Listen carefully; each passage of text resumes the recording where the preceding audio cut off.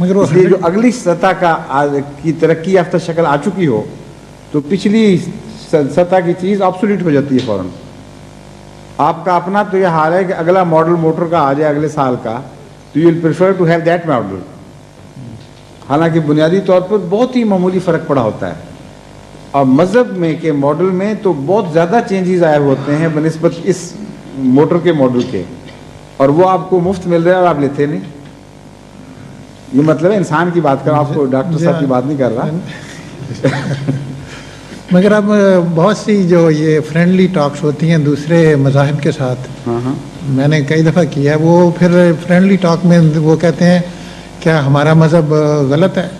میں بتا چاہ رہا ہوں غلط کہنا ان کو اس طرح ہے، ضروری ہے ان کو آپ یہ سمجھائیں، اور مجھے لگتا ہے کہ بار بار سمجھانا پڑے گا کہ بنیادی طور پر مذہب ایک ہونے کے باوجود دو قسم کے اب فرق ایسے پڑے ہیں جن کی وجہ سے مذہب میں غلطیاں آ گئی ہیں.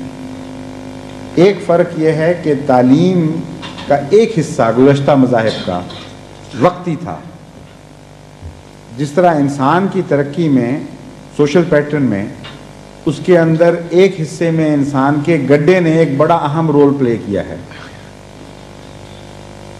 اب اس زمانے میں جا کر آپ دیکھیں تو گڈے کو غلط کہہ ہی نہیں سکتے. وہ سب سے زیادہ اس زمانے کی ترقی یافتہ صورت ہے. کارٹ گڈا جس کو کہتے ہیں آرڈنری لکڑی کے بنے ہوئے ویلز، اور آپ اس کو غلط ان معنوں میں کہہ ہی نہیں سکتے کہ اس زمانے میں سب سے ایڈوانس طریقہ تھا کیریج کا. لیکن جب گڈے کے بعد اور تیز رفتاریاں سواریاں چیریٹس ٹائپ کی ایجاد ہوئی جو اس سے بھی زیادہ تیز رفتار تھیں، یا کنوینس کے لیے اور ماڈرن طریقے استعمال ہو گئے، ایجاد ہو گئے، یہاں تک کہ فریٹ ٹرینز اور بڑے بڑے ٹرک اور یہ سب چیزیں، اس وقت گڈے والا آپ سے بحث شروع کر دے کہ میں تو گڈے ہی رکھنا چاہتا ہوں کیونکہ تم کہتے ہو کہ اس وقت یہ پرفیکٹ تھا اپنے وقت کے لحاظ سے، تو اس کا یہ معقول ہوگا سٹانس؟ بس یہی جواب ہے کہ ہم غلط نہیں کہتے کیونکہ جس وقت یہ تعلیم آئی تھی اس وقت درست تھی، لیکن زمانے سے تعلق رکھنے والی تھی، اس لیے اس کا وہ حصہ جو زمانی ہے وہ غلط ہو گیا آج کے کانٹیکسٹ میں، اس وقت کے کانٹیکسٹ میں نہیں. لیکن جو بنیادی حصہ ہے دین قیمہ جس کو قرآن کریم فرما رہا ہے وہ جاری ہے، اس کو کبھی کوئی غلط نہیں قرار دے سکتا. اس میں بیسکس ہیں کہ ورشپ کرو، انسان کے حقوق کا خیال رکھو، اپنے اموال میں سے غریبوں کے لیے اور خود نیک کاموں میں خرچ کرو. اس کو کوئی زمانہ بھی غلط نہیں کر سکتا. یہ فنڈامنٹلز ہیں. دوسرا حصہ وہ ہے جو انہوں نے خود بدلا دیا. ابتغاء تعویل ابتغاء فتنت و ابتغاء تعویل جو کل کی آیت ہے اس میں اس کا ذکر ہے کہ کچھ حصہ تو ایوولوشن کے پروسیس میں تمہارا پیچھے رہ گیا، کچھ وہ ہے جس کو تعویل کی خاطر اپنی مرضی کے مطابق بنانے کے لیے یا فتنہ پیدا کرنے کے لیے، اموال ذاتی منافعت کے لیے پیسے کھا کر کسی کی مرضی کی بات بنا لی، قرآن کریم سے نکال دی، حدیث سے نکال دی، یہ کر کے تم نے دین کو بگاڑ دیا. یہاں تک کہ اکثریت نے اسے دین کا حصہ سمجھ لیا. بعد کے آنے والے دین نے فرقان کا کام کیا اور بتا دیا کہ یہ حصے خدا کے نہیں ہیں بلکہ انسان کے ہیں، اس لیے وہ حصہ غلط ہے. تو جب غلطیاں ہو گئیں تو پھر ان کو دکھانے غلطیاں ثابت کر دی جائیں تو تمہارا فرض ہے کہ ان غلطیوں کو چھوڑ کر جو موسٹ ماڈرن لیٹسٹ ماڈل مذہب کا نکلا اس کو قبول کرو. یہ اگر کنفیوژن تھا رات ہی تو پھر رات کو پوچھ لینا چاہیے تھا آپ کو تاکہ وہاں بھی دور ہو جاتا. تبھی تو میں نے موقع دیا تھا سوالوں کا. اچھا جی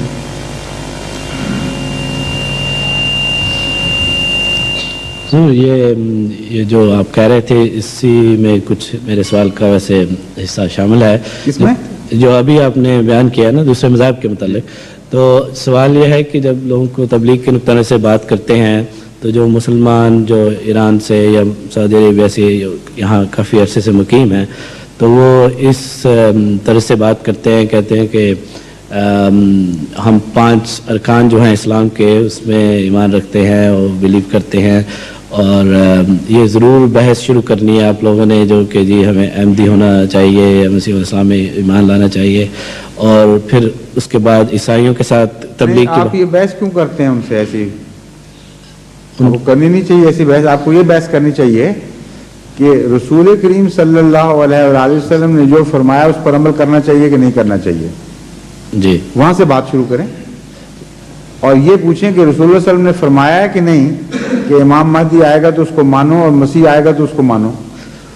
اس کا وہ کہتے ہیں کہ جب آئے گا تو ایک بہت بڑا ہیجان برپا ہوگا دنیا میں، تو پتہ چل جائے گا. ایک منٹ ٹھہر جائیں. جی بنیاد تو قائم ہو گئی نا پھر. جی وہ یہ مانتے ہیں کہ نہیں؟ یہ مان لیتے ہیں. آپ کو ہم تو یہی بتا رہے ہیں کہ وہ آ گیا، بس اس پر بحث کرو آیا کہ نہیں آیا. اگر آ گیا ہے تو ان سے کہیں کہ تم خود مانتے ہو کہ پھر ماننا ضروری ہو جاتا ہے. یہ ضرور مانتے ہیں کہ آنا. بس پھر جب کہتے ہیں جی تو آپ ان سے کہیں کہ صرف تم یہ نہیں مانتے کہ آنا ہے، تم یہ مانتے ہو کہ اتنا بڑا ایونٹ ہے یہ کہ اسلام کی زندگی اور موت اس سوال سے وابستہ ہو جائے گی. آئے گا اس لیے کہ مسلمان بگڑے ہوں گے، آئے گا اس لیے کہ کوئی نئی زندگی دے، نئی تنظیم بخشے، ساری دنیا میں اسلام کے غلبے کا سامان کرے. یوں ہی اس نے تماشا دکھانے تو نہیں آنا، یہی مقام کرنے آنا ہے. یہ باتیں جب ان سے پکی کرتے ہیں تو یہ مسئلہ ایک دم اہمیت اختیار کر لیتا ہے خود ان کے نزدیک. ان کو کہیں کہ تمہارا یہ عقیدہ ہے اور ہم سمجھتے ہیں آ گیا، ہمارا فرض نہیں تمہیں بتائیں کہ آ گیا ہے. اور اگر اس کا آنا نہ آنا اتنا ہی بے معنی ہے جتنا تم میرے سامنے پیش کر رہے ہو، تو پھر رسول اللہ صلی اللہ علیہ وسلم کو کیا ضرورت تھی کہ اتنی بڑی پیشگوئی کرتے اور اتنی اہمیت دیتے اس بات کو. اس لیے بات بنیادوں سے شروع کرنی چاہیے. جی. اور اس کے بعد پھر جب اسلام دوسرے مذاہب رکھنے والے لوگوں کو پھیلانے کی بات ہوتی ہے کہ ان کو اسلام کا بتایا جائے، عیسائیوں کو، یہودیوں کو، تو اس کے ضمن میں ایسے بات کی کہتے ہیں کہ وہ بھی اگر نیک اعمال پہ کر رہے ہیں، اچھی بیٹر ہیومن بینگز، تو ان کو خدا خود ہی معاف کر دے گا. ان کو ضرور ایسے ڈسٹرب کرنا ہے. دیکھیں صرف ان کی معافی کا سوال نہیں ہے، یہ تو بڑی خود غرضی ہے اس اپروچ میں. جی. بات یہ ہے کہ مذہب ایک سسٹم کو درست کرنے کے لیے آتا ہے، اور جب سسٹم درست ہوتا ہے تو انفرادی حادثہ نہیں ہوتا کہ چند آدمی اچھے، بلکہ بھاری اکثریت کے لیے اچھا ہونے کے لیے بہتر سامان پیدا ہو جاتے ہیں. اس لیے ریولوشنز کی ضرورت آتی ہے مذہبی دنیا میں. انفرادی طور پر ایک آدمی اچھا ہو سکتا ہے ہر جگہ. انفرادی طور پر رشیا میں بھی آدمی اچھے ہیں، امریکہ میں بھی ہیں، مختلف جگہوں پر ہیں، لیکن نظام بدلنے کی کیوں ضرورت پڑتی ہے؟ پھر نظام بدلنے کی اس لیے ضرورت پڑتی ہے کہ اگر نظام اچھا آ جائے تو اکثریت کے لیے اچھا ہونے کے بہتر مواقع مہیا ہو جاتے ہیں. اس لیے مذہبی نظام کو یا بدلنا پڑتا ہے یا ریوائیو کرنا پڑتا ہے. اب ان سے آپ اس بات کو یوں بھی چھیڑ سکتے ہیں کہ تم یہ دیکھو کہ چند آدمی نماز پڑھتے ہیں، چند آدمی نیکی بھی کرتے ہیں، لیکن مزاج کے لحاظ سے اس وقت اسلامی دنیا کی بھاری اکثریت غیر صالح ہو چکی ہے یا نہیں مزاج کے لحاظ سے. اور مزاج کے لحاظ سے دن بدن یہ تنزل کی طرف قدم آگے بڑھ رہا ہے کہ نہیں. مزاج کے لحاظ سے فساد ہماری معاشی، تمدنی، اخلاقی حالت میں دن بدن زیادہ گہرے طور پر سرایت کر رہا ہے کہ نہیں کر رہا.